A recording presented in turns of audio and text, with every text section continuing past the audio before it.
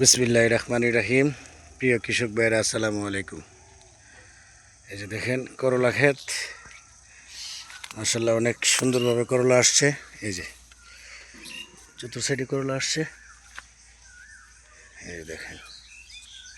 বিশেষ করে এখন হইল গরমকাল, এই গরমে করলা ভাজি মানে করলা বিশেষ করে শরীরের জন্য অনেক ভালো। গরমকালে কিন্তু আপনার বিভিন্ন অ্যালার্জির সমস্যা হয়। অনেক সুন্দর হয়েছে। আর সবচেয়ে বড় কথা হলো যাদের ডায়াবেটিস আছে এরা নিয়মিত করলা খাওয়াটা অত্যন্ত ভালো শরীরের জন্য। আর বিশেষ করে যারা জমিটা করছে সম্পর্কে আমার ভাতিজারা হই, ভাতিজা যারা জমা নিয়ে আমার চাচার থেকে জমিগুলা করছে, অনেক সুন্দর করে করছে। আসলে এই করলা ক্ষেত আমিও চিন্তা করছিলাম করবো, ইনশাল্লাহ দেখি সামনে করব। এই যে দেখেন অনেক সুন্দর করে করছি মাশাল্লাহ।